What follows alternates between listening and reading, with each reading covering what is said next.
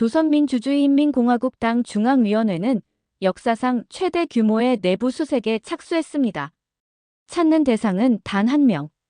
국가 비상통신망의 암호화 인장을 관리하던 40대 남성이었습니다.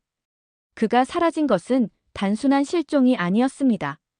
그의 머릿속에는 공화국 전체 통신망을 마비시킬 수 있는 재설정 코드가 들어있었고, 그의 손에는 최고 지도자만 볼 수 있는 6급 비밀문서 접근권이 있었습니다.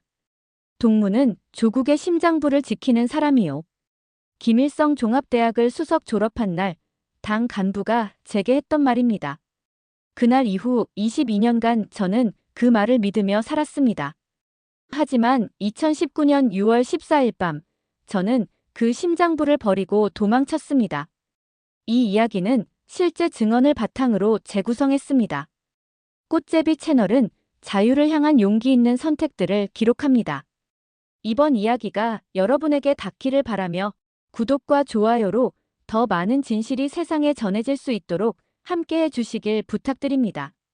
저는 1975년 평양 중구역에서 태어났습니다. 아버지는 인민보안성 중좌, 어머니는 평양 제1백화점 지배인이었습니다. 붉은 피라고 불리는 핵심 계층이었죠. 초등학교 때부터 수학과 물리에서 두각을 나타냈고 김일성 종합대학 수학과에 추천 입학했습니다. 1997년 졸업과 동시에 당 중앙위원회 전산보안국에 배치됐습니다. 제가 맡은 일은 국가비상통신코드 인장 관리였습니다. 전쟁이나 비상사태 발생 시 최고사령부와 전국 군부대를 연결하는 암호화 통신망, 그 핵심 인증 시스템을 책임지는 자리였죠. 인장은 물리적 도장이 아니라 64자리 암호 코드였습니다. 이 코드를 재설정할 수 있는 권한을 가진 사람은 공화국 전체에서 단 3명, 국방위원회 부위원장, 총참모장, 그리고 저였습니다. 매일 아침 8시, 저는 당 청사 지하 4층 금고실로 출근했습니다. 생체인증 7단계를 거쳐야 들어갈 수 있는 곳이었죠. 망막인식, 지문인식, 음성인식, 정맥 패턴, 걸음걸이 분석까지. 금고실 안에는 3대 독립망 컴퓨터만 있었습니다. 인터넷은 물론 내부망조차 연결되지 않은 완전히 격리된 시스템이었습니다. 월요일마다 생활총화가 있었습니다. 지난주 동무는 자아 비판을 충분히 하지 않았소. 보위부 지도원의 눈빛은 늘 차갑고 날카로웠습니다. 코드 관리자는 당에 대한 충성심을 끊임없이 증명해야 했습니다. 의심받는 순간 제 가족 전체가 요덕 수용소로 갈 수 있었습니다. 2018년 10월, 제 인생이 흔들리기 시작했습니다. 당 중앙위원회에 새로운 지령이 내려왔습니다. 남조선과의 통신 감청 강화. 저는 명령에 따라 군사분계선 인근 감청 시스템을 점검하러 갔습니다. 개성 근처 지하 감청기지, 그곳에서 우연히 남한 라디오 방송 녹취록을 봤습니다. 북한 주민 여러분, 여러분도 자유롭게 생각하고 말할 권리가 있습니다. 단순한 문장이었습니다. 하지만 그 말이 제 머릿속에서 계속 맴돌았습니다. 자유롭게 생각할 권리. 저는 22년간 단 한 번도 스스로 생각해 본 적이 없었습니다. 당이 시키는 대로 생각하고 당이 허락한 것만 말했습니다. 그날 밤 평양으로 돌아오는 차 안에서 저는 처음으로 의문을 품었습니다. 왜 우리는 남한 주민들의 말을 들어서는 안 되는가? 왜 당은 그토록 두려워하는가? 의문은 금기였습니다. 의문을 품는 순간 당에 대한 배신이었죠. 2달 뒤 당에서 새로운 명령이 내려왔습니다. 최고 존엄 보위를 위한 내부 통신망 재정비. 작업을 하던 중 저는 깨달았습니다. 제가 관리하는 비상코드가 단순히 전쟁용이 아니라는 것을. 이 시스템은 내부 반란 진압, 주민 통제, 강제 이주령 발동에도 쓰이고 있었습니다. 저는 억압의 도구를 관리하고 있었던 겁니다. 동무, 요즘 표정이 어둡소. 보위부 지도원이 생활총화 시간에 말했습니다. 그 순간 등골이 오싹해졌습니다. 들킨 걸까? 제 내면의 변화를 알아챈 걸까? 저는 황급히 고개를 숙이며 대답했습니다. 아닙니다, 동무. 당을 위해 더 열심히 복무하겠습니다. 하지만 그날부터 저는 알았습니다. 저는 더 이상 이곳에 있을 수 없다는 것을. 2019년 3월 당 중앙위원회에 긴급 소집 명령이 떨어졌습니다. 국방위원회 부위원장이 숙청됐다는 소식이었습니다. 비상코드 재설정 권한을 가진 3명 중 1명이 사라진 겁니다. 회의실에서 보위부장은 차갑게 말했습니다. 숙청된 부위원장은 외부 세력과 내통했소. 동무들도 조심하시오. 그 말의 의미는 명확했습니다. 코드 관리자들이 감시 대상이 됐다는 것. 저와 총참모장, 단 2명만 남았습니다. 다음 타깃은 누구일까? 밤마다 악몽에 시달렸습니다. 보위부원들이 제 집문을 두드리는 꿈, 가족이 끌려가는 꿈. 아내 선희는 눈치 빠른 사람이었습니다. 당신 요즘 이상해요. 무슨 일 있어요? 저는 말할 수 없었습니다. 제 고민을 아내에게 털어놓는 순간 아내도 연루될 수 있었으니까요. 아무것도 아니요. 거짓말을 했습니다. 하지만 아내는 알고 있었습니다. 어느 날 아내가 조용히 말했습니다. 당신이 무슨 생각을 하는지 알아요. 나도 두려워요. 하지만 우리 딸 생각해요. 수진이는 이제 겨우 15이에요. 이 나라에서 수진이가 행복할 수 있을까요? 그 말에 저는 무너졌습니다. 딸 수진. 김일성 종합대학 예비과정에 다니는 똑똑한 아이. 하지만 수진이도 결국 땅의 도구로 살게 될 것입니다. 저처럼 의심받고 감시받고 생각할 자유조차 없이. 우리는 도망쳐야 해요. 아내가 처음으로 그 단어를 꺼냈습니다. 도망, 탈출, 배신. 온 가족의 생명이 걸린 선택. 저는 한참을 침묵했습니다. 그리고 천천히 고개를 끄덕였습니다. 하지만 한 가지 조건이 있소. 내가 떠나면 당은 반드시 우리 부모님을 찾을 것이오. 부모님은 데려갈 수 없소. 아내가 울먹였습니다. 알아요. 하지만 우리가 살아야 언젠가 부모님도 구할 수 있어요. 결심은 섰습니다. 하지만 탈출 방법은 막막했습니다. 저는 6급 비밀 접근권자. 해외 출장은 물론 평양 외부로 나가는 것조차 보위부의 승인이 필요했습니다. 그러던 중 기회가 왔습니다. 2019년 5월 함경북도 청진시 군부대 통신망 점검 명령이 내려왔습니다. 일주일 일정. 보위부 감시원 2명 동행. 하지만 이것이 제게 주어진 유일한 기회였습니다. 청진은 중국 국경에서 불과 100km. 두만강만 건너면 중국입니다. 저는 치밀하게 준비했습니다. 먼저 비상코드 백업 데이터를 소형 USB에 복사했습니다. 이것은 제가 살아남기 위한 보험이었습니다. 남한이나 중국 정보기관에 제공할 협상 카드. 하지만 이 행위 자체가 사형감이었죠. 아내와 딸은 먼저 보냈습니다. 5월 20일 아내의 고모가 함흥에 산다는 핑계로 방문 허가를 받았습니다. 실제로는 함흥에서 브로커를 만나 국경 지역으로 이동하는 계획이었습니다. 떠나는 날 아침, 딸 수진이 제게 물었습니다. 아빠, 우리 다시 만날 수 있죠? 저는 거짓말을 했습니다. 물론이지. 일주일 뒤에 보자. 5월 27일, 저는 청진으로 향했습니다. 보위부 감시원 2명이 같은 차량에 탔습니다. 그들은 제 옆자리와 뒷자리에 앉았습니다. 도망칠 틈이 없었습니다. 청진 도착 후 사흘간 군부대 통신망을 점검했습니다. 감시원들은 제 옆을 한시도 떠나지 않았습니다. 5월 30일 밤 기회가 왔습니다. 군부대 간부 회식 자리. 감시원들도 함께 술을 마셨습니다. 저는 일부러 적게 마셨습니다. 동무, 더 마시오.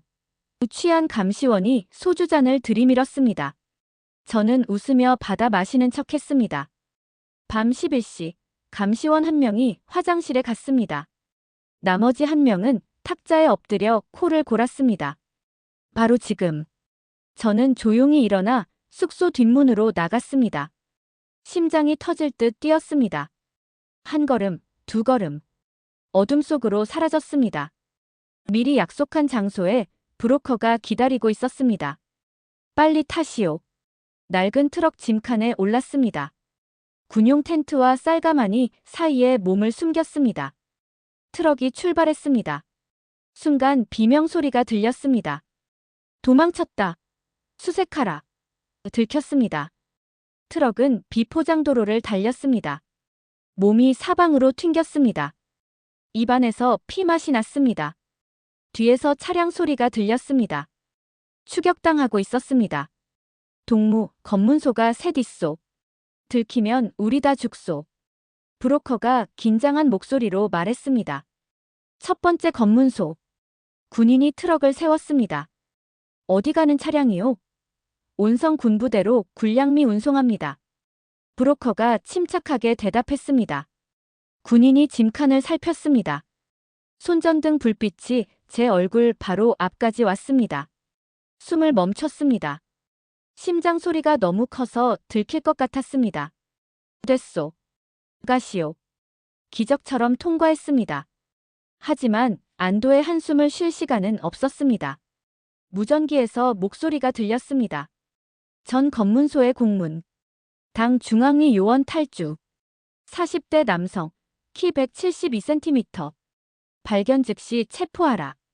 두 번째 검문소가 가까워졌습니다. 이번엔 경비가 삼엄했습니다. 군인 서너 명이 트럭을 에워쌌습니다. 짐칸 전부 내려보시오.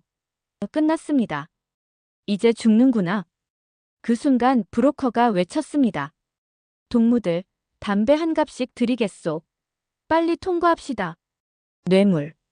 북한에서 통하는 만능 열쇠. 군인들이 잠시 망설였습니다. 빨리요. 새벽까지 온성 도착해야 합니다. 브로커가 다급히 말했습니다. 군인 하나가 담배를 받았습니다.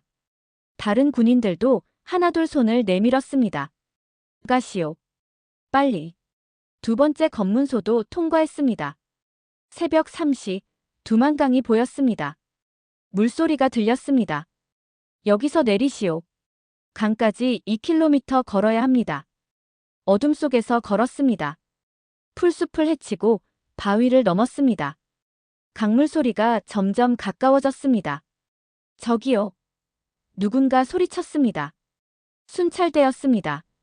뛰시오. 브로커가 외쳤습니다. 온 힘을 다해 달렸습니다. 총소리가 들렸습니다. 탕, 탕. 총알이 머리 위를 스쳐 지나갔습니다. 강이 보였습니다. 물속으로 뛰어들었습니다. 물이 차가웠습니다. 5월인데도 두만강 물은 얼음장 같았습니다. 팔다리 감각이 사라졌습니다. 하지만 멈출 수 없었습니다. 뒤에서 총소리가 계속 들렸습니다. 물살이 거셌습니다. 몇 번이나 물속으로 가라앉았습니다. 입으로 물이 들어왔습니다. 딸 얼굴을 떠올렸습니다. 수진아, 아빠가 반드시 살아남아서 너를 다시 만날게. 마지막 힘을 쥐어짰습니다. 반대편 강둑이 손에 닿았습니다. 중국 땅이었습니다. 기어올랐습니다. 온몸이 떨렸습니다. 추위 때문인지 공포 때문인지 알 수 없었습니다. 어둠 속에서 누군가 제 팔을 잡았습니다. 빨리 오세요. 조선족 브로커였습니다. 차에 태워졌습니다. 담요를 덮어줬습니다. 의식이 흐려졌습니다. 얼마나 시간이 흘렀을까요? 눈을 떴을 때 낯선 방이었습니다. 괜찮습니까? 한국말이었습니다. 남한 사람이었습니다. 국가정보원 요원이라고 했습니다. 가족은요? 제 아내와 딸은요? 제가 물었습니다. 안전합니다. 어제 중국에 도착했습니다. 곧 만나실 수 있습니다. 그 말을 듣는 순간 무너졌습니다. 울음이 터져 나왔습니다. 22년간 한 번도 울지 않았던 제가 아이처럼 울었습니다. 살았습니다. 우리 가족이 모두 살았습니다. 보름 뒤 중국 선양의 한국 영사관에서 가족을 만났습니다. 아내는 말랐고 딸은 겁에 질려 있었습니다. 하지만 살아 있었습니다. 아빠. 수진이가 제 품에 안겼습니다. 아내도 울었습니다. 우리는 한참을 안고 울었습니다. 그날 저는 생각했습니다. 비상코드, 인장, 충성심. 그 모든 것이 아무 의미 없었다고. 진짜 중요한 것은 제 옆에 있는 이 사람들이었다고. 2019년 7월, 우리는 인천공항에 도착했습니다. 대한민국, 자유의 땅. 첫 며칠은 모든 것이 낯설었습니다. 신호등이 이렇게 많고 사람들이 이렇게 자유롭게 웃고 떠들 수 있다는 것이 믿기지 않았습니다. 국정원에서 몇 달간 조사를 받았습니다. 제가 가져온 비상코드 정보는 나만의 큰 도움이 됐다고 했습니다. 대신 저는 보호 프로그램을 받았습니다. 새 신분, 새 이름. 저는 이제 김철수입니다. 하나원에서 적응 교육을 받았습니다. 은행, 병원, 지하철 이용법. 북한에서는 상상할 수 없었던 자유들이었습니다. 가장 놀라웠던 것은 휴대폰이었습니다. 손 안의 작은 기계로 세상 모든 정보에 접근할 수 있다니. 지금 저는 한 IT 보안 회사에서 일합니다. 북한 통신망 전문가로서 제 경험이 도움이 된다고 합니다. 아내는 작은 식당을 운영합니다. 북한 음식을 파는데 손님들이 좋아합니다. 딸 수진이는 대학에 진학했습니다. 컴퓨터 공학을 공부합니다. 아빠처럼 되고 싶어요. 수진이가 말했습니다. 하지만 여전히 악몽을 꿉니다. 보위부원들이 문을 두드리는 꿈, 다시 끌려가는 꿈. 북한에 남겨진 부모님 생각도 합니다. 제 탈북 이후 부모님은 어떻게 됐을까요? 언젠가 통일이 되면 다시 만날 수 있을까요? 탈북은 끝이 아니라 시작입니다. 자유를 얻었지만 동시에 잃은 것도 많습니다. 고향, 부모님, 익숙했던 모든 것들. 하지만 저는 후회하지 않습니다. 딸이 자유롭게 웃을 수 있다면 그것으로 충분합니다. 가끔 제 이야기를 사람들에게 합니다. 북한에 대해, 제가 보고 겪은 진실에 대해. 많은 사람들이 놀랍니다. 북한이 그렇게 통제된 사회인지 몰랐다고. 하지만 알아야 합니다. 여전히 그곳에는 2,500만 명이 갇혀 살고 있습니다. 제 이야기가 누군가에게 용기가 되길 바랍니다. 꽃제비 채널을 통해 더 많은 진실이 전해지길 바랍니다. 구독과 좋아요는 꽃제비 채널이 더 많은 이야기를 전하는 큰 힘이 됩니다.